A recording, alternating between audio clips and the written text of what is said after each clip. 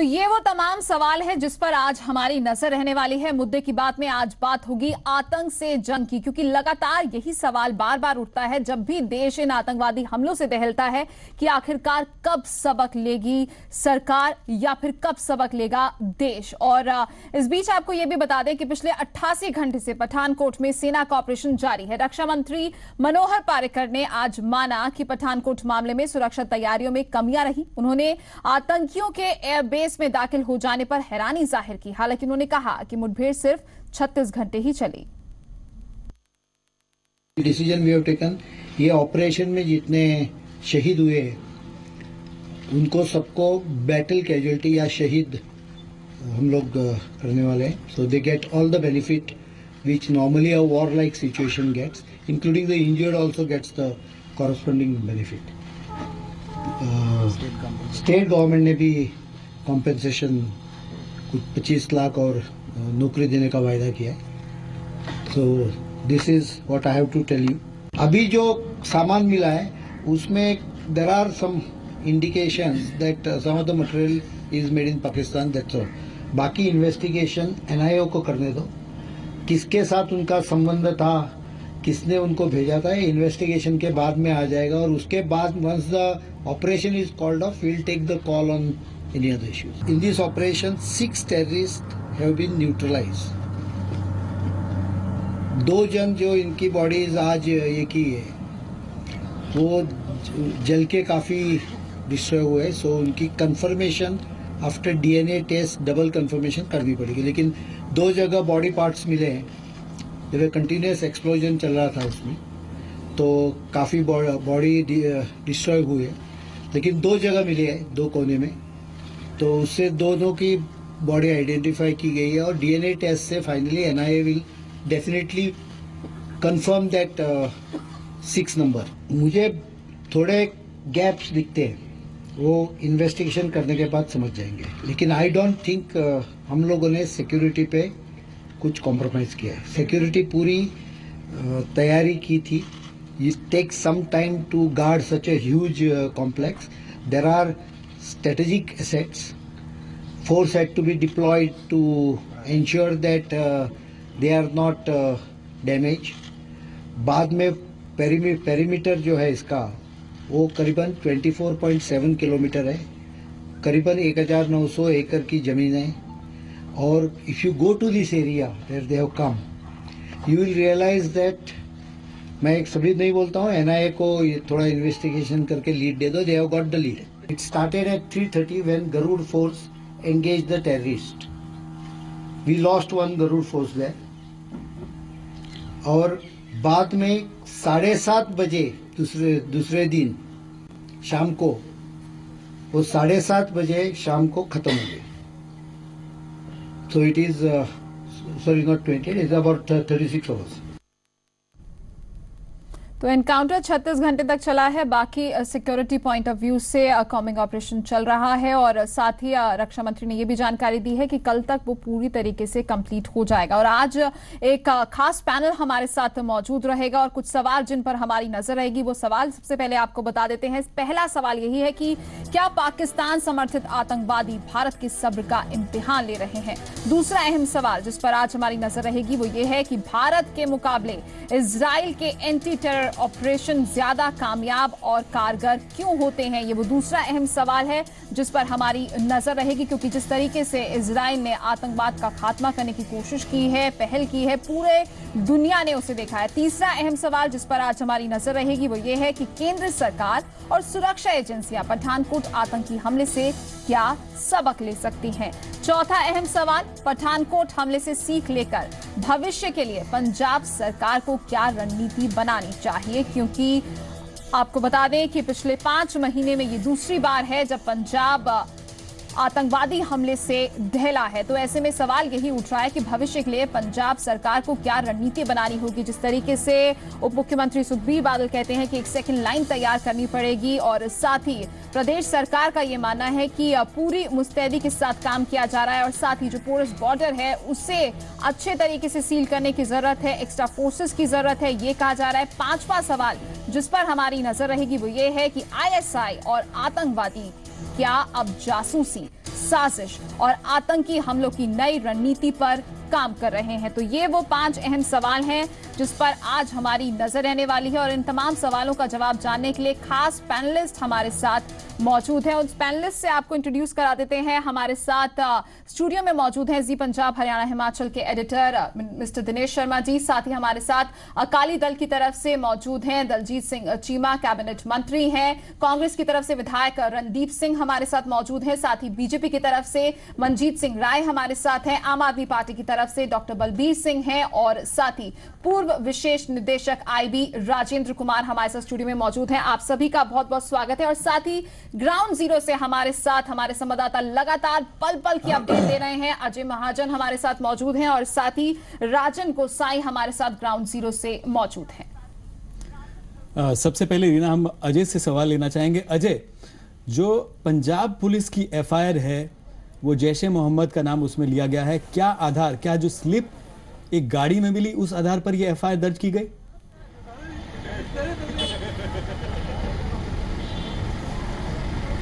जी बिल्कुल दिनेश जी, मैं बताना चाहूँगा कि एफआईआर 2 तारीख शाम 4 बजे के करीब जो है वो दर्ज की गई है। जो 2 वारदातें हैं, जैसे पहले तो बयान जो दर्ज किए गए थे, जो एसपी को किडनैप करने की कोशिश थी, उन बयानों पर बाद में एफआईआर जो है, जब हमला हुआ एयरबेस के अंदर तो 4 बजे 2 तारीख का दिन था, 4 बजे का टाइम पड़ा हुआ है वहाँ एफआईआर के ऊपर।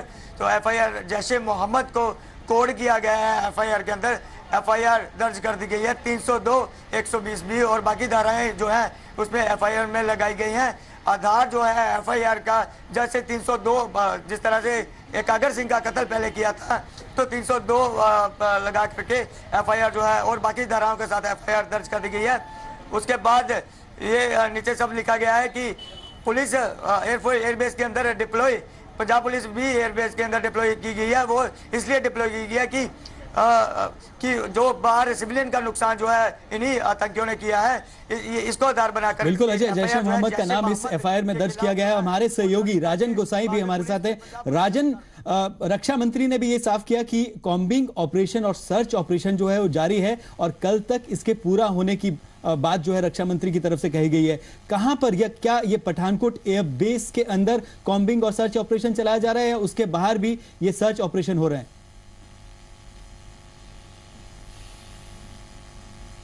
जी दिनेश, ये जो कॉम्बिंग ऑपरेशन और सर्च अभियान है ये अभी तक एयरबेस के अंदर ही चलाया जा रहा है, क्योंकि कई जगहों पर जो विस्फोट किए गए हैं जहाँ सेना की ओर से जो हाइड आउट्स थे उन पर फायरिंग की गई, तो वहां पर काफी मलबा है और ये भी माना जा रहा है कि अगर मलबे के नीचे कोई विस्फोटक पदार्थ पड़ा या हैंड ग्रेनेड पड़े हैं या कोई और किसी तरह का कोई आरडीएक्स पड़ा हुआ तो उसको निष्क्रिय किया जा सके, इसके लिए अभी कॉम्बिंग ऑपरेशन जो है वो चल रहा है। हालांकि आतंकियों के साथ मुठभेड़ जो है वो खत्म हो चुकी है।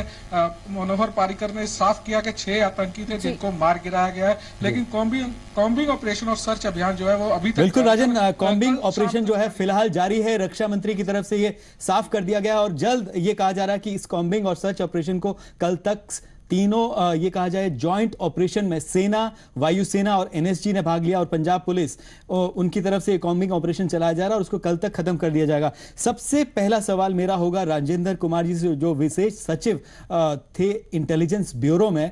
राजेंद्र जी, प्रधानमंत्री दिन में बात करते हैं, पाकिस्तान के प्रधानमंत्री से बात होती है और साफ उनकी तरफ से यह कहा जाता है कि जो आतंकी संगठन पठानकोट के हमले के लिए जिम्मेवार है उसके खिलाफ कार्रवाई हो, कड़ी कार्रवाई हो, जल्द कार्रवाई हो, स्पेसिफिक इंफॉर्मेशन पाकिस्तान के साथ शेयर की जाती है। रक्षा मंत्री कहते हैं कि एनआईए की जो जांच है उसमें पता चलेगा कि कौन सा संगठन है, किसके खिलाफ इन्वेस्टिगेशन चल रही है। और पंजाब पुलिस की जो एफआईआर है वो साफ कहती है कि जैश ए मोहम्मद जो है इस आतंकी हमले के पीछे जिम्मेवार है। कहीं ना कहीं विरोधाभास? नहीं, इसमें कोई विरोधाभास वाली बात नहीं है। कि देखिए, एनआईए की तफ्तीश जो है वो बड़ी डिटेल तफ्तीश होगी, शुरू से लेके उनका कैसे कहाँ से चले, वो कैसे चले, किसने ऑर्गेनाइज किया, क्या किया।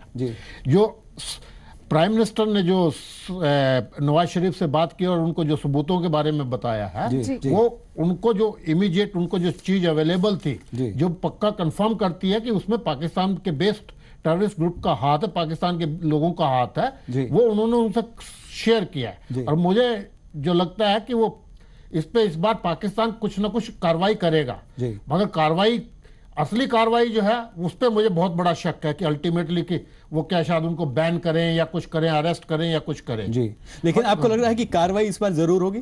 कार्रवाई जरूर करेगा पाकिस्तान, थोड़ी बहुत कार्रवाई कारगुजारी दिखाएगा। जी, हमारे साथ पंजाब सरकार से दलजीत सिंह चीमा, जो कि कैबिनेट मंत्री हैं और प्रवक्ता भी हैं शिरोमणि अकाली दल के, वो भी हैं। चीमा जी, कहाँ चूक रह गई? अलर्ट था, आपने केंद्र सरकार को अलर्ट दिया, केंद्र सरकार की एजेंसीज जो हैं उसमें ये कहा जाए कि एनएसजी भी तैनात होगी, फिर भी क्यों आतंकी पठानकोट एयर बेस के अंदर एक सुरक्षा दायरा पार करने में कामयाब रहे? देखिए, जो एरिया है पठानकोट का जी, अगर आप करीब से उसको जानते हैं जी, तो वो हिली एरिया है, रिवराइन एरिया भी है, अलग अलग तरह की टेरेन है। तो उसमें अगर आपको मालूम भी पड़ जाता है कि कोई आतंकवादी छिपा हुआ है, तो आपको पिन पॉइंट करना इतने समय में बहुत मुश्किल होता है। इसलिए अलर्ट जारी की गई थी, इसलिए जो सेंसिटिव एरिया था, टेक्निकल एरिया था, उसमें वो नहीं पहुंच पाए। लेकिन एयरबेस का अपना भी कैंपस छोटा नहीं है, बहुत बड़ा कैंपस है, इसलिए हर इंच को गार्ड करना भी पॉसिबल नहीं है। इतने कि कौन सी जगह पे छुपे हैं, कहां से आए हैं। पुलिस अपनी कोशिश करती है कि मैक्सिमम जितना हो सके उनको मार्क करने की, उनको कन्फाइन करने की। चीमा साहब, सवाल बहुत उठ रहे हैं, सवाल बहुत उठ रहे हैं, क्यों, कैसे जो आतंकी हैं, कैसे ये 6 आतंकी जो है एयरपोर्ट बेस तक, जो कि एक महत्वपूर्ण एयरबेस है, पठानकोट, ना सिर्फ पठानकोट बल्कि देश की जो सुरक्षा है उससे जुड़ा अहम, ये कहा जाए कि सुरक्षा साजो सामान, और एक MiG-21 जो है यहां तैनात होते हैं, कहां कैसे आतंकी जो है यहां तक पहुंच गए? ये सवाल जो है सबसे पहले पुलिस पर जो है, ये रक्षा मंत्री की तरफ से भी ये सवाल उठाया गया। देखिए, जितने भी हमारे आर्मी बेस हैं, बहुत से आर्मी के कंटोनमेंट जो हैं शहरों में हैं।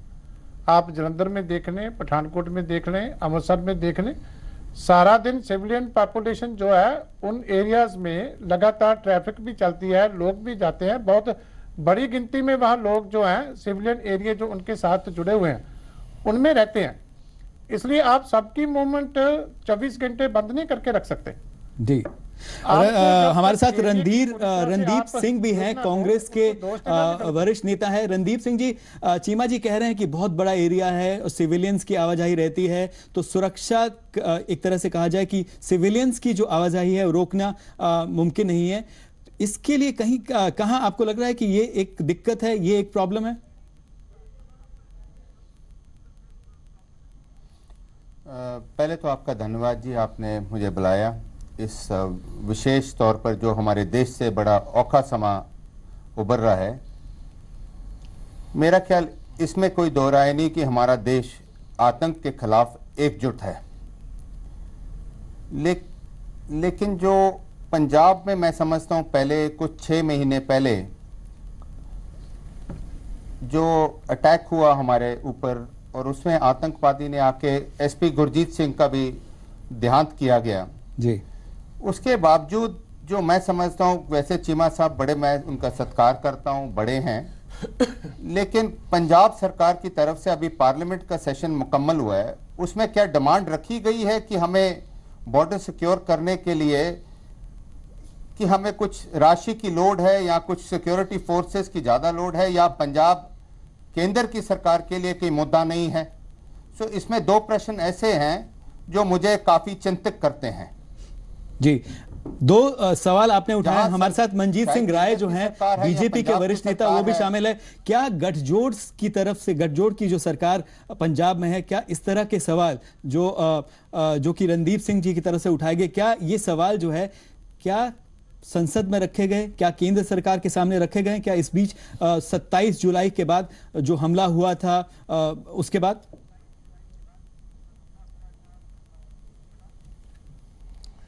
ऐसे है जी, उस समय लगभग 6 महीने के पहले की बात है जब ये अटैक हुआ था, उस समय भी। तो उसके बाद अब तक जो एरिया है जियोग्राफिकली, तो वहां पर कहीं से सेंध लगाकर और रात के समय में उन्होंने घुसपैठ की है, लगता है ऐसे है। लेकिन बाकी ये बातें इन्वेस्टिगेशन से कहां से आए, कैसे मंजीत जी, आप हो कह रहे हैं सकता कि है कहीं जम्मू से कश्मीर सेंध की तरफ लगाई, से आए हों। सेंध कहीं से नहीं और ये लगाई, बॉर्डर पार किया, बॉर्डर पार करके ये कहा जाए कि 50, अभी तो 30 किलोमीटर पठानकोट जो एयरबेस है वो 30 किलोमीटर महज बॉर्डर से है, और उससे पहले गुरदासपुर तक जो है दीनानगर तक आतंकी पहुंचे, और आप कह रहे हैं कहीं से, कहीं ना कहीं पुलिस की जिम्मेवारी नहीं है, कहीं ना कहीं पुलिस की एक तरह से कहा जाए कि जो रोल है उस पर सवाल नहीं उठ रहे? ये हम सबकी जिम्मेदारी है, केवल पुलिस की जिम्मेदारी नहीं है। ये एक बहुत बड़ी लड़ाई है, एक जंग को दूसरी शेप दी हुई है। हमारे पड़ोसी के जो उनकी एजेंसीज है, उनके ISI है, आतंकवादी है, वो एक बड़े जंगी पद्धर पर इस बात को, पंजाब को डिस्टर्ब करना चाहते। पहले JNK के साथ लगे थे, अभी पंजाब की तरफ वो हो रहे हैं। तो इस बात पर हम सबको, केवल पुलिस को नहीं, हम सब जितने भी निवासी हैं इस देश के, हम सबको इस लड़ाई के बरखिलाफ लड़ना चाहिए। खास पैनल हमारे साथ लगातार बना हुआ है, एक बार फिर से आपको उनसे इंट्रोड्यूस करा देते हैं। हमारे साथ अकाली दल की तरफ से दलजीत सिंह चीमा जी हैं, स्टूडियो में मेरे साथ मौजूद हैं जी पंजाब हरियाणा हिमाचल के संपादक दिनेश शर्मा जी, साथ ही हमारे साथ बीजेपी की तरफ से मंजीत राय हैं, कांग्रेस की तरफ से विधायक रणदीप सिंह जी हैं, आम आदमी पार्टी की तरफ से डॉक्टर दलबीर सिंह, और साथ ही IB के पूर्व विशेष निदेशक राजेंद्र कुमार जी हैं। बलबीर जी, आपके पास आना चाहेंगे और आपसे यहाँ पर ये जरूर जानना चाहेंगे कि DGP ने कुछ वक्त पहले प्रेस कॉन्फ्रेंस की और साफ तौर से उन्होंने कहीं भी ये मानने से जरूर इनकार किया कि कोई भी चूक जो है वो पुलिस की तरफ से हुई है। ये बात वो कहीं भी मानते हुए नजर नहीं आया। उन्होंने कहा कि राइट टाइम पे, राइट वक्त पे पूरी इंफॉर्मेशन दे दी गई थी। क्या आप इस बात से इत्तेफाक रखते हैं? जी, सब तो पहला मैं जेडे देश के वीर जवान अपनी जान निछावर कर गए देश के उत्ते, मैं उन्होंने अपने शरधा सुमन अर्पित करदा जी। दूजी गल, मैं जी पंजाबी नूं इस गल दी ਵਧਾਈ ਦਿੰਦਾ ਕਿ ਉਹਨਾਂ ਨੇ ਸਾਨੂੰ ਵੀ ਮਤਲਬ ਬਾਕੀ ਸਾਰੀਆਂ ਪਾਰਟੀਆਂ ਨੂੰ ਵੀ ਇਹ ਮੌਕਾ ਦਿੰਦੇ ਆ, ਸਾਡੀ ਗੱਲ ਸੁਣਦੇ ਆ, ਲੋਕਾਂ ਦੇ ਵਿਚਾਰ ਸੁਣਦੇ ਆ ਸਾਡੇ ਥਰੂ। ਇਹ ਇੱਕੋ ਇੱਕ ਪੰਜਾਬੀ ਚੈਨਲ ਹੈ। ਮੈਂ ਸਭ ਤੋਂ ਪਹਿਲਾਂ ਤੁਸੀਂ ਜਿਹੜੀ DGP ਦੀ ਗੱਲ ਕੀਤੀ ਹੈ, ਮੈਂ ਇਹਦੇ ਤੇ ਬਾਅਦ ਵਿੱਚ ਆਵਾਂਗਾ। ਇਹਦੇ ਚ ਜਿਹੜੀ ਇਹ ਸਾਰਾ ਮੁੱਦਾ ਹੈਗਾ, ਇਹਨੂੰ ਮੈਂ ਇੱਕ ਪਰਸਪੈਕਟਿਵ ਦੇਣਾ ਚਾਹੁੰਦਾ। ਇਹ ਸਭ ਤੋਂ ਪਹਿਲੀ ਗੱਲ ਜਿਹੜੀ ਹੈਗੀ ਹੈ ਉਹ ਆਉਂਦੀ ਹੈ ਇੰਡੀਆ ਦੀ ਫੋਰਨ ਪਾਲਿਸੀ ਦੀ, ਵਿਦੇਸ਼ ਨੀਤੀ ਦੀ। ਜਦੋਂ ਕੋਈ ਵੀ ਇਸ ਤਰ੍ਹਾਂ ਦਾ ਮੁੱਦਾ ਹੁੰਦਾ, ਸਾਡੇ ਜਿਹੜੇ ਵਿਦੇਸ਼ ਮੰਤਰੀ ਹੈ ਉਹ ਕੋਈ ਬਿਆਨ ਨਹੀਂ ਦਿੰਦੇ ਇਹਦੇ ਉੱਤੇ। ਜਿਹੜਾ ਸਾਡਾ ਫਾਈਨੈਂਸ ਮਿਨਿਸਟਰ ਹੈ, ਜਿਹੜੇ ਮਤਲਬ ਵਿੱਤ ਮੰਤਰੀ ਆ, ਜਿਨ੍ਹਾਂ ਦਾ ਕੋਈ ਲੈਣਾ ਦੇਣਾ ਨਹੀਂ, ਉਹ ਬਿਆਨ ਦਿੰਦੇ ਆ ਇਹਦੇ ਬਾਰੇ। ਤੇ ਮੈਂ ਤੁਹਾਨੂੰ ਬੇਨਤੀ ਵੀ ਕਰਾਂਗਾ ਕਿ ਇੱਕ ਵਾਰੀ ਜਿਹੜੇ ਸਾਡੇ ਵਿਦੇਸ਼ ਮੰਤਰੀ ਆ ਉਹਨਾਂ ਨੂੰ ਉਹਨਾਂ ਦੇ ਪੁਰਾਣੇ ਬਿਆਨ ਸੁਣਾ ਦੇਣਾ, ਜਦੋਂ ਕਾਂਗਰਸ ਵੇਲੇ ਹੋਇਆ ਸੀ। ਉਹਨਾਂ ਨੂੰ ਜ਼ਰੂਰ ਉਹਨਾਂ ਦੇ ਬਿਆਨ ਸੁਣਾਉਣਾ ਔਰ ਉਹਨਾਂ ਤੋਂ ਪ੍ਰਤੀਕਿਰਿਆ ਜ਼ਰੂਰ ਲੈਣਾ। ਦੂਜੀ ਗੱਲ, ਮੈਂ ਜਿਹੜਾ DGP ਸਾਹਿਬ ਨੇ ਕਿਹਾ, ਜੋ DGP ਸਾਹਿਬ ਨੇ ਕਿਹਾ ਉਹ ਬਿਲਕੁਲ ਨਹੀਂ ਮੰਨਦੇ ਔਰ ਪੰਜਾਬ ਸਰਕਾਰ ਵੀ ਨਹੀਂ ਮੰਨਦੀ। ਇੱਕ ਜਿਹੜਾ ਮੁੱਦਾ ਅਜੇ ਤੱਕ ਨਹੀਂ ਡਿਸਕਸ਼ਨ ਦੇ ਵਿੱਚ ਆਇਆ, ਜਿਹੜਾ ਤੁਹਾਡਾ ਟੈਰੋਰਿਜ਼ਮ ਹੈ, ਤੁਸੀਂ ਇਹਨੂੰ ਨਾਰਕੋਟਿਕ ਟ੍ਰੇਡ ਤੋਂ ਅਲੱਗ ਕਰਕੇ ਨਹੀਂ ਦੇਖ ਸਕਦੇ। ਜੇ ਨਾਰਕੋਟਿਕ ਟ੍ਰੇਡ ਹੈ ਤਾਂ ਟੈਰੋਰਿਜ਼ਮ ਹੈ। ਜੇ ਟੈਰੋਰਿਜ਼ਮ ਨੂੰ ਥਰਾਈਵ ਕਰਦਾ ਨਾਰਕੋਟਿਕ ਟ੍ਰੇਡ, ਔਰ ਇਹ ਬਾਰਡਰ ਦੇ ਦੋਨੋਂ ਪਾਸੇ ਬਹੁਤ ਜ਼ਿਆਦਾ ਫਲਰਿਸ਼ ਕਰ ਰਿਹਾ। ਔਰ ਇਹਦੇ ਵਿੱਚ ਜਿਸ ਤਰ੍ਹਾਂ ਪੰਜਾਬ ਦੇ ਵਿੱਚ ਸਾਹਮਣੇ ਆਇਆ ਕਿ ਪੰਜਾਬ ਸਰਕਾਰ ਦੇ ਮੰਤਰੀ, ਇੱਥੋਂ ਦੇ ਵੱਡੇ ਵੱਡੇ ਜਿਹੜੇ ਪੁਲਿਸ ਆਫੀਸਰਸ, ਇੱਥੋਂ ਦੇ ਗੈਂਗਸਟਰਸ, ਉਹਨਾਂ ਦੇ ਬਿਆਨ ਵੀ ਹੈਗੇ ਆ। ਤੁਹਾਨੂੰ ਪਤਾ ਜੋ ED ਦਾ ਕੇਸ ਹੋਇਆ, ਨਿਰੰਜਨ ਦਾਸ ਜੀ ਦੀ ਬਦਲੀ ਵੀ ਕੀਤੀ ਗਈ। ਜਿੰਨੀ ਦੇਰ ਤੁਸੀਂ ਨਾਰਕੋਟਿਕਸ ਟ੍ਰੇਡ ਨੂੰ ਨਹੀਂ ਐਡਰੈਸ ਕਰੋਗੇ, जी बिल्कुल, और उन्नी देर ਤੁਸੀਂ ਟੈਰੋਰਿਜ਼ਮ ਨੂੰ ਕੰਟਰੋਲ नहीं कर सकते। जी जी, आप ड्रग के मसले को इसमें लेके आ रहे हैं। ड्रग्स की आपने बात की कि टेरर और ड्रग्स जो है, नारकोटिक जो है, आपस में जुड़े हुए हैं। राजेंद्र जी, मैं आपसे जानना चाहूंगा कि केंद्र सरकार, केंद्रीय एजेंसियों और राज्य सरकार और राज्य एजेंसियों को इस पूरे आतंकी हमले के बाद क्या सबक लेने की जरूरत है? तीर्थ यात्रा करते सी। देखिए, इस हमले के बाद एक चीज तो सबसे बड़ी ये है कि इसमें जो हमारी जो है नारकोटिक कंट्रोल ब्यूरो है, उसको भी अपना जो है और चाक चौबंद होना पड़ेगा, क्योंकि ये सबको पता है, it is well known fact कि drugs come from Pakistan. India में सबसे ज्यादा एंट्री जो है, हीरोइन की जो एंट्री जो है वो पाकिस्तान से होती है। नारकोटिक कंट्रोल ब्यूरो को करना पड़ेगा, बॉर्डर सिक्योरिटी फोर्स को करना पड़ेगा, पंजाब पुलिस को करना पड़ेगा। पंजाब पुलिस आइडेंटिफाई करे हुए है कि कौन ड्रग स्मगलर्स हैं, सबको पता है। अभी जैसे 2 दिन पहले पकड़ लिया वो गुरजंत सिंह को। Gurjant Singh is a notorious fellow Havelian. इसी तरह एक पाला है, कुलदीप है, ये सब नोन है, इन सब के नाम लिस्टेड है। जी। लेकिन राजेंद्र जी, जिस तरह से इजराइल में जो है आतंकियों के खिलाफ या आतंकी संगठनों के खिलाफ टिट फॉर टैट, एक तरह से कहा जाए कि हॉट परसूट का जो फॉर्मूला है, एक्शन है, वो लिया जाता है, कब इस तरह का एक्शन जो है भारत सरकार और भारत की सरकार की एजेंसीज के द्वारा लिया जाएगा? देखिए, वो हॉट परसूट का जो आप कह रहे हैं, वो जरा थोड़ा सा जो है आपको स्थिति समझनी पड़ेगी कि उनका जो है, उनका पैलेस्टाइन और गाजा स्ट्रिप में जो है, they are not full governments, they are not states, and they are very small powers. Here you are dealing with a nuclear neighbor. लेकिन राजेंद्र जी, हमारी जो ऑर्गेनाइजेशंस है, सुरक्षा बल है, आपको नहीं लगता कि उनको आधुनिक तकनीक, मॉडर्न टेक्नोलॉजी जो है और मॉडर्न इक्विपमेंट्स, उससे इक्विप करना जरूरी है? बहुत जरूरी है। वो तो सबसे जितना इक्विपमेंट होगा उतनी ज्यादा सक्सेस मिलेगी आपको, उतने कम वो होगा। जी चीमा जी, देखिए, इस पूरे आतंकी हमले के बाद जो है पंजाब के जो उप मुख्यमंत्री है, उन्होंने भी ये कहा कि हम सेकंड लाइन ऑफ कमांड जो है वो पंजाब में देंगे, और दूसरा स्वैट्स टीम जो है उनको भी जो सेंसिटिव एरिया है वहां पर तैनात करेंगे। क्या दीना नगर में जो 27 जुलाई को हमला हुआ था, क्या उसके बाद ही ये सब नहीं कर देना चाहिए था? देखिए, पहली बात तो ये है कि क्वेश्चन बहुत से इकट्ठे हो गए जी। पहले नाभा साहब ने बोला था कि पंजाब गवर्नमेंट ने ये मुद्दा जो है ये पार्लियामेंट में क्यों नहीं उठाया। तो पहले तो मैं उनको ये बताना चाहता हूँ कि ये जो संवेदनशील जो सुरक्षा के मसले होते हैं जी, इनके लिए सिर्फ पार्लियामेंट ही एक ऐसी फोरम नहीं होती।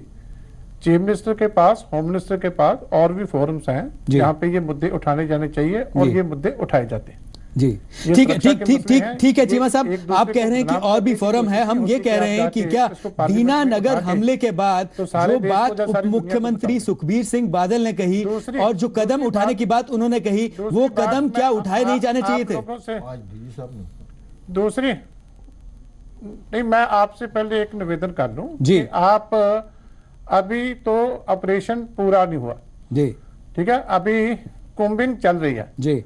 हमने सबसे पहले नतीजे जो है सारे देश के निकाल लेते हैं, सभी सुरक्षा एजेंसियों के ऊपर भी कीचड़ उछाल देते हैं जी। 4 जवानों को हम एक रिचुअल बन गई कि उनको हम श्रद्धांजलि भेंट कर देते हैं कि शीश नवाते हैं, और देश की जितनी सिक्योरिटी फोर्सेस बाकी होती हैं उनके ऊपर हमने हक अपना बना लिया होता है कि सबके ऊपर। चीमा साहब, मैं आपको बताऊं कि जी पंजाब, हरियाणा, हिमाचल और जी मीडिया की तरफ से पहले दिन से कोई भी सवाल इस एंटी टेरर ऑपरेशन के खिलाफ या पंजाब सरकार के खिलाफ नहीं उठाया गया। हम सिर्फ सवाल आज टेरर ऑपरेशन पूरा होने के बाद सवाल उठा रहे हैं। पहली बार है जो तमाम सवाल पहले दिन से उठ खड़े हुए थे, आज हम जी मीडिया की तरफ से वो सवाल उठा रहे हैं। लेकिन पहले दिन से तमाम दूसरे, अगर बात करें, हो सकता है दूसरे चैनल से दूसरे पत्रकार उठा रहे हो, लेकिन जी पंजाब, हरियाणा, हिमाचल और जी मीडिया की तरफ से आज तक, जब तक ऑपरेशन पूरा नहीं हुआ, सवाल नहीं उठाए गए।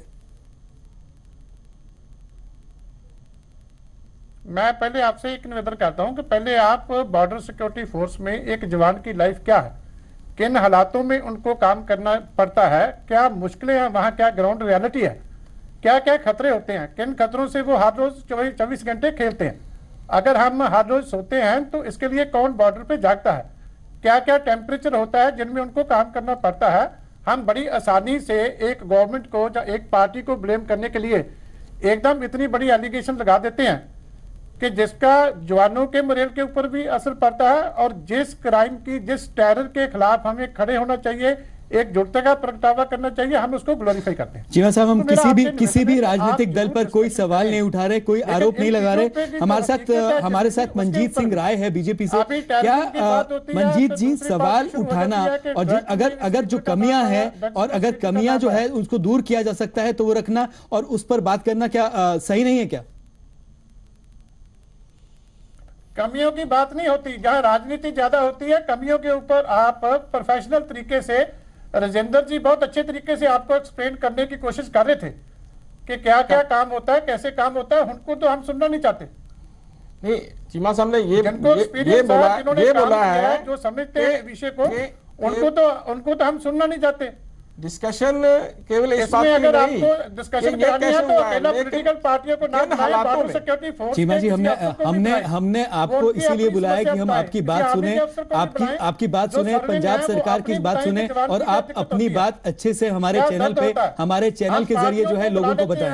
और इसके ऊपर 4 जवानों को श्रद्धांजलि दे के बाकी सबका हम ये शो करना चाहते हैं कि बाकी कोई काम नहीं करता, उनकी गलतियों से ये सारा नुकसान होता, ऐसे नहीं होता। बहुत से जो मुश्किलें हैं उन मुश्किलों को हमें समझने की जरूरत भी करनी चाहिए। मंजीत जी, अगर कहीं ना कहीं कमियां हैं, कहीं ना कहीं खामियां हैं, क्या उन खामियों को दूर करना नहीं चाहिए क्या? डेफिनेटली बिल्कुल करना चाहिए, बिल्कुल करना चाहिए। और ये एक बहुत बड़ी लड़ाई है, ये हमें एकजुटता से लड़नी चाहिए जी। और इस समय जो हुआ है हमारे पंजाब पर, ये पंजाबियों का और पूरे हिंदुस्तानियों का एक हमें इसको डटकर इस लड़ाई के साथ खड़े होना चाहिए। और जो जवान जो दिन रात, जैसे चीमा जी ने बताया कि दिन रात चाहे मौसम कैसा भी हो, चाहे उनके अपनी घरेलू समस्या भी कैसी हो, लेकिन वो जवान 24 घंटे बॉर्डर पर तैनात रहते हैं जी। और उनकी यही मंशा होती है कि हमारे देश के निवासी चैन आराम से सोए जी। और अगर हम यहीं पर पूरा डिस्कशन करने से पहले ही, जैसे कोई इन्वेस्टिगेशन चल रही है, एनएसआई उनकी इन्वेस्टिगेशन चल रही है, लेकिन हम यहाँ पर वर्डिक्ट दे दें कि उसने गलती की है, इसने गलती की है, ये गलती निकालने का समय नहीं है। वो अपनी टीम इन्वेस्टिगेशन जो कर रही है वो निकालेगी जी। किससे कमी रही है, किससे खामी रही है, ये आ जाएगा जी।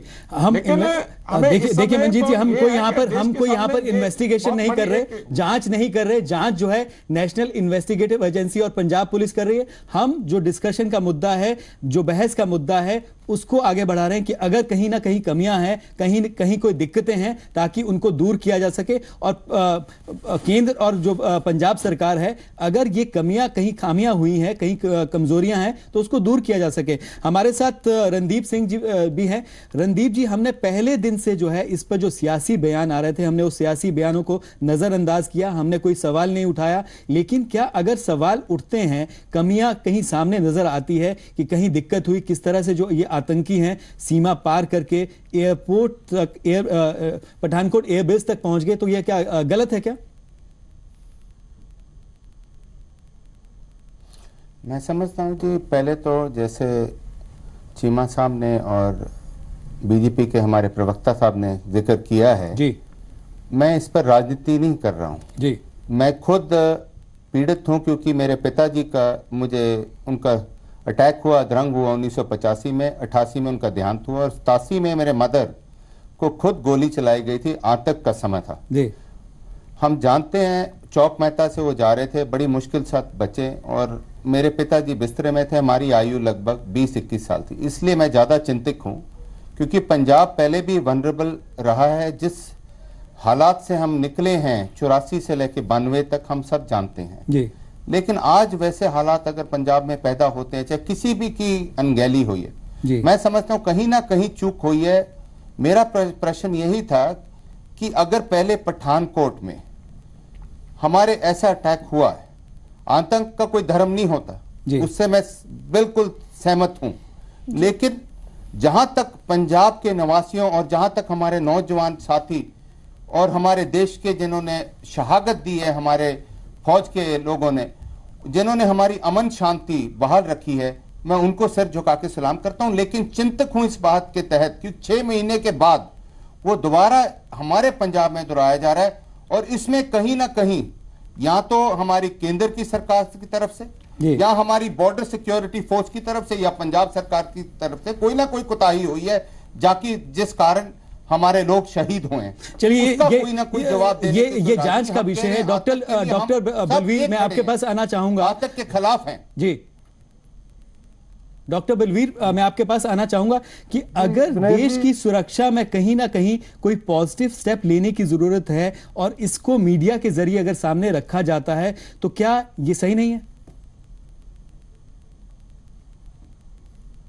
बिल्कुल सही है जी, हम इसके साथ सहमत हैं।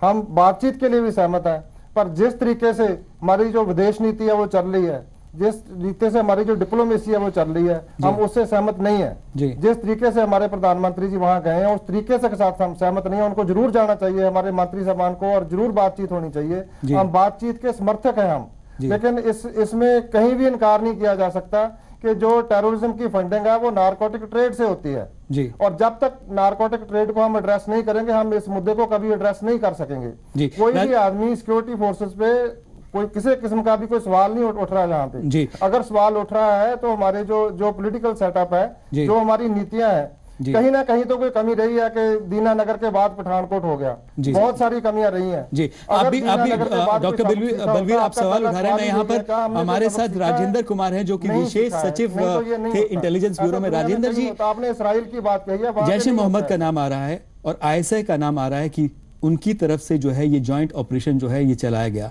क्या जैश ए मोहम्मद के खिलाफ जिस तरह से सबसे पहला मेरा सवाल था, प्रधानमंत्री नरेंद्र मोदी की तरफ से प्रधानमंत्री जो पाकिस्तान के हैं नवाज शरीफ, उनको साफ कर दिया गया कि स्पेसिफिक इनपुट्स है, स्पेसिफिक जानकारी है और आपको कार्रवाई करनी होगी। क्या ये समय आ गया है कि उनको कार्रवाई करनी चाहिए आतंकी संगठनों के खिलाफ पाकिस्तान में? देखिए, पाकिस्तान गवर्नमेंट कहती तो है कि आतंकी संगठनों के खिलाफ कार्रवाई करेंगे, बट उन्होंने क्या करा हुआ है, एक डिस्टिंक्शन करी हुई है। एक डिस्टिंक्शन उन्होंने करी है, गुड टेररिस्ट, बैड टेररिस्ट जी। वो जो बाकी के टेररिस्ट उनको सबको कहते हैं कि बैड टेररिस्ट है उनको, बट जो हिंदुस्तान के खिलाफ कार्रवाई करते हैं उनको गुड टेररिस्ट कहते हैं जी। और उनको गुड टेररिस्ट ही नहीं कहते, उनको ये भी कह देते हैं कि ये तो जो है लिबरेशन की वार ऑफ लिबरेशन लड़ रहे हैं। अभी मैं आपको बताऊं, यूनाइटेड जिहाद काउंसिल की तरफ से ये दावा किया गया कि ये हमारे आदमी थे। मैं सदाकत हुसैन साहब से पूछना चाहूंगा, यूनाइटेड जिहाद काउंसिल के जो स्पोक्समैन है, कि भैया आप नाम भी बता दो कि किन किन ने किया ताकि सारा काम साफ हो जाए। जी जी जी। हाँ, तो ये जो है ISI जो है, ये जैश ए मोहम्मद ISI का फ्रंट है। अगर मैं आपको थोड़ा बैकग्राउंड दूं इसका कि हिजबुल मुजाहिदीन से ये जो पाकिस्तानी इसमें एलिमेंट था उसको हिजबुल मुजाहिदीन से निकाल के ये जैश ए मोहम्मद जब अजहर मसूद छूटा था उसके बाद उसमें दे दिया गया। ये जो पाकिस्तानी एलिमेंट है ये टोटली कंट्रोल बाय ISI है। और आप ये देखेंगे कि फिदाइन जितने भी अटैक है उनमें सबसे ज्यादा जो है जैशे का ही हाथ रहता है जी। चीमा साहब, मैं आपसे एक ये सवाल जानना चाहूंगा, ये पूछना चाहूंगा कि जब इस तरह के आतंकी हमले होते हैं, एंटी टेरर ऑपरेशन पूरा होने के बाद, क्या सरकार को सभी जो राजनीतिक दल हैं उनको साथ लेकर ये कहा जाए कि ऑल पार्टी बैठक नहीं बुलानी चाहिए ताकि इस पे सियासत ना हो, और सरकार की तरफ जो कदम उठाए जाते हैं एंटी टेरर ऑपरेशन के दौरान आतंकियों के खिलाफ, उनके बारे में जानकारी नहीं देनी चाहिए ताकि एक स्वर में सभी राजनीतिक दल एक स्वर में जो है आवाज उठाएं आतंकी और आतंकी संगठनों के खिलाफ? देखिए, मेरा कहना यह है कि सरकार को क्यों अकेला जाके पार्टियों को कहना पड़े। जब पठानकोट पे टेररिज्म का हमला होता है तो ये देश के ऊपर हमला है तो क्या सभी पार्टियों की, चाहे वो पावर में है या नहीं है, क्या उनकी अपनी जिम्मेवारी नहीं बनती कि वो अपना फर्ज निभाएं कि इस समय हम जब हमारे ऊपर बाहर से अटैक किया जा रहा है तो हम सभी अपनी सरकार के साथ हैं। 4 दिन हम जो अपनी राजनीति, सौड़ी राजनीति है, उसको छोड़ के हम ये कह सकते हैं कि हम इस समय अपने देश के साथ हैं, अपने जवानों के साथ हैं जी। क्योंकि जैसे राजेंद्र जी ने बताया, ये काम इतना आसान नहीं है जितना हम समझ रहे हैं। बिल्कुल बिल्कुल बहुत बड़ी मुश्किल है कि बॉर्डर सिक्योरिटी फोर्स बहुत बड़ा बॉर्डर है, हजारों किलोमीटर है जिसको गार्ड करती है। हमारा एक एक मीटर जो है वो गार्ड करने की कोशिश करते हैं, लेकिन उतना ही बड़ा एरिया दूसरे देश के पास है। यहाँ कोई ड्यूटी नहीं करता, सिर्फ एक काम करने की कोशिश की जाती है कि कब आपने आतंकवादी को पार करवाना जी। इसलिए ये डिफिकल्टी जो बॉर्डर सिक्योरिटी फोर्स की है, जो हमारे देश की फोर्सेस की है जी, उसको भी हमें अंडरमाइन नहीं करना चाहिए। बिल्कुल, बहुत से एरिया है बॉर्डर के साथ यहाँ फेंसिंग है, बिल्कुल बहुत से एरिया है जहाँ फेंसिंग नहीं है, बहुत से एरिया ऐसे हैं यहाँ फेंसिंग के बाद भी खेती होती है जी। वहाँ हमारे लोग भी गेट क्रॉस करके दूसरी तरफ जाते हैं, शाम तक रहते हैं, सुबह वापस आते हैं। बिल्कुल, इसलिए कई तरह की दिक्कतें हैं, फोर्स को सभी और ध्यान देना पड़ता है जी। एक पूरा देश अगर बेईमानी करके कुछ लोगों को आगे ऐसे टेररिज्म को धकेलने की कोशिश करता है तो हमें हमेशा जवानों को दोष नहीं देना चाहिए, हमें दुनिया को दिखाना चाहिए कि ये गलत है और कौन कर रहा है, उसको लोगों के सामने एक्सपोज करने की सबको मिलकर के कोशिश करनी चाहिए तब जाके इसका इफेक्ट होगा। बिल्कुल। अगर हम अपने जवानों को देश देते रहेंगे, अपनी सरकारों को देश देते रहेंगे, तो उनका मकसद जो टेररिस्ट का है वो मकसद पूरा होता है। हमें इस बात से सचेत रहना चाहिए, सबको सचेत रहना चाहिए, मीडिया को भी, हमें पार्टियों को जी। रणदीप सिंह जी, सियासत नहीं होनी चाहिए, चीमा साहब कह रहे हैं कि इस तरह के जब आतंकी हमले होते हैं तो एक स्वर में सभी राजनीतिक दलों को बात करनी चाहिए।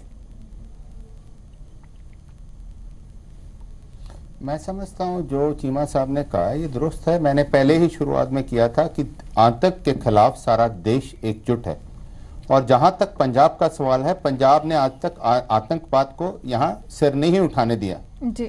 लेकिन जहां तक हमारे देश के सबसे आगू प्रधानमंत्री साहब जैसे डॉक्टर दलबीर सिंह जी ने भी जिक्र किया है जी जी जी, हमारी फॉरेन पॉलिसी जो कहती है, फॉरेन पॉलिसी पहले अनाउंस होती है, उसके बाद जाके प्राइम मिनिस्टर विजिट करते हैं जी। एक तरफ आपके अनुराग ठाकुर साहब वरिष्ठ नेता हैं, वो कह रहे हैं हमारी क्रिकेट टीम वहां जाके नहीं खेलेगी क्योंकि सुरक्षा नहीं है। दूसरी तरफ जाके प्रधानमंत्री जी हमारे देश की जो बायलैटरल टॉक्स हैं वो अपने एक स्थान पर नहीं करना चाह रहे, ना पाकिस्तान में ना हिंदुस्तान में, क्योंकि पाकिस्तान सुरक्षित नहीं है जी। और तीसरी बात, एकदम अचानक जाना पाकिस्तान पर, क्या आप इससे महसूस नहीं करते कि आज तक को शय मिलती है? अगर हमारा मुखिया हेड ही ऐसे करेगा तो देश में थोड़े से तो नुकसान होगा, और ये जो नुकसान हुआ है हम कभी भूल नहीं पाएंगे। भले ही पार्टियां ये कहें कि राजनीति नहीं होनी चाहिए, लेकिन बयानबाजी ऐसी ही सामने आती है कि राजनीति होती है। क्या कहेंगे इस पर राजेंद्र जी? बिल्कुल ये सही बात है कि पॉलिटिशियन जो है उनका काम है क्रिटिसाइज करना। थोड़ा सा तो देखिए उनकी ड्यूटी भी है कि वो जो भी चीज है, क्योंकि ये पब्लिक अल्टीमेटली पब्लिक के साथ इंटरेस्टेड है, उनको अपनी बातें कहने का भी हक है। मगर ये भी है कि राजनीति ज्यादा करनी शुरू कर देते हैं, हम एक दूसरे में कमियां निकालनी शुरू कर देते हैं। अभी मैं अगर आप एक मिनट मौका दें, मैं आपको ये बताऊं कि ये सारे जो जितना भी ये मामला हुआ है इसमें कमी हो सकती है, तो ही नहीं हुई है। अगर आप इसका सारा सीक्वेंस दें, अगर आप मुझे मौका दें तो मैं बोल दूं। जी संक्षिप्त में अगर आप बताएं। देखिए 31 तारीख को सलविंदर सिंह की किडनैपिंग होती है शाम में, रात में। उसके बाद ये इंफॉर्मेशन आती है कि साहब कि वो उनको किडनैपिंग हुई, उन्होंने बताया, जब वो छूट गए उसके बाद वो कहीं पहुंचे, उसके बाद उन्होंने बताया। पंजाब पुलिस ने एकदम जो है एक्शन लिया, पंजाब पुलिस ने एकदम ब्रीफिंग डिब्रीफिंग करी। सलविंदर सिंह का भी जो जिस तरीके से उसने कहानी बयान की, उसमें कुछ ना कुछ अंदेशा, कोई भी पुलिस अफसर हो, मेरी 50 पुलिस अफसरों से बात हो चुकी है और डीजी लेवल के भी लोगों से बात हुई है, सब ने ये कहा कि यार कहानी में कुछ मोड़ है, अब है या नहीं है, मगर उसकी एक ग्रेटनेस भी रही है कि उसने एक तो ये तो आइडेंटिफाई कर दिया कि टेररिस्ट है। अब उसके बाद जो है नेक्स्ट डे 1 तारीख को किसी टाइम पे इनपुट आती है कि साहब कि कोई आदमी कह रहा है कि मार्टियर होने जा रहा हूं मैं। जी। उससे ये हो गया कि ये इनपुट जो है मार्टियर होने के, इसका मतलब ये कहीं ना कहीं हमला हो रहा है। जी। और उसके बाद जो है जब तलाश चल रही है टेररिस्टों की, तलाश चलते चलते ये पता लगा कि साहब उनमें से एक टेररिस्ट जो है 1 तारीख को शाम में पता लगता है कि उसकी लोकेशन फलानी जगह पे है। जी। तो इमीडिएटली जो है एनएसजी भेज दी गई। उसके बाद जो है और जो एक्शन थे सब लोगों को अलर्ट भी कर दिया गया, सब कुछ हो गया। उसके बाद जो है देखिए कुछ और चीजें होती है। पंजाब पुलिस का काम है, पंजाब पुलिस किसी भी डिफेंस उसमें एस्टेब्लिशमेंट में अपने आप से नहीं घुस सकती, ये प्रोटोकॉल है, एस्टेब्लिश प्रोटोकॉल है, तो वो अंदर तो जा नहीं सकते, उनका काम है सिर्फ बाहर का। उसके बाद ये हुआ कि अंदर का जो ड्यूटी है वो एक तो एयरफोर्स की अपनी है, और एयरफोर्स अपने जो स्टेशन कमांडर है आर्मी के उनसे भी हेल्प ले, तो उन्होंने उसको हेल्प ली है, उसका करा है। अब यहाँ पे जो है थोड़ा सा क्या इक्विपमेंट यूज हुआ, किस तरीके से पेट्रोलिंग हुई है, वो देखने वाली बात है। बिल्कुल राजेंद्र कुमार, मैं राजेंद्र जी, मैं मंजीत जी के पास जाना चाहूंगा और एक आखिरी कमेंट उनसे लेना चाहूंगा। क्या बातचीत की जो भारत और पाकिस्तान के बीच है वो सिलसिला सही है, बातचीत होती रहनी चाहिए, उसी से दोनों देशों के संबंध जो है वो बेहतर हो सकते हैं? हाँ, बातचीत तो होनी चाहिए, क्योंकि केवल जो एक लड़ाई है या जंग है वो इसका सलूशन नहीं है जी। वो वहां पर उनका सेटअप ऐसा है, कुछ आतंकी और under the guidance of the ISI वो लोग इस बात को शय दे रहे हैं जी। और दोनों प्राइम मिनिस्टर अपने संबंध और दोनों देशों के संबंध सुधारना चाहते हैं, लेकिन अगर उनकी ऐसी ISI के अंतर्गत जो आतंकवादी हैं वो इस बात से खफा होकर ऐसी हरकतें करते हैं। जी मंजीत जी, वक्त की कमी है, डॉक्टर बलवीर से भी मैं आखिरी कमेंट लेना चाहूंगा। क्या मुज़ाकरात का जो तरीका है, जो बातचीत का सिलसिला है, वो जारी रहना चाहिए? क्या आप इससे इत्तेफाक रखते हैं? देखिए जी, आप बातचीत जब अमन होती है, शांति होती है, तब भी बातचीत जारी रहनी चाहिए, और जब माहौल खतरे में हो बातचीत ज्यादा जोर से होनी चाहिए। लेकिन उसमें क्या क्या स्पष्ट किया जाना चाहिए, ये हमारे प्राइम मिनिस्टर इस बात के लिए समर्थ हैं कि वो बता सकते हैं कि क्या ठीक है क्या गलत है। इसलिए बातचीत के बिना कोई भी काम कभी भी मकसद हल नहीं होता। बातचीत हमेशा जारी रहनी चाहिए। तो बातचीत हमेशा जारी रहनी चाहिए। जो बातचीत हो रही थी उसको टाट-पीटो करने के लिए जी, और सवाल यही है कि क्या बातचीत और शांतिपूर्ण वार्ता से बेहतर होंगे दोनों देशों के रिश्ते? क्योंकि बार बार यही देखा गया है कि जब जब बातचीत के लिए हाथ आगे बढ़ाया जाता है तो ऐसा घात देश को झेलना पड़ता है। बिल्कुल।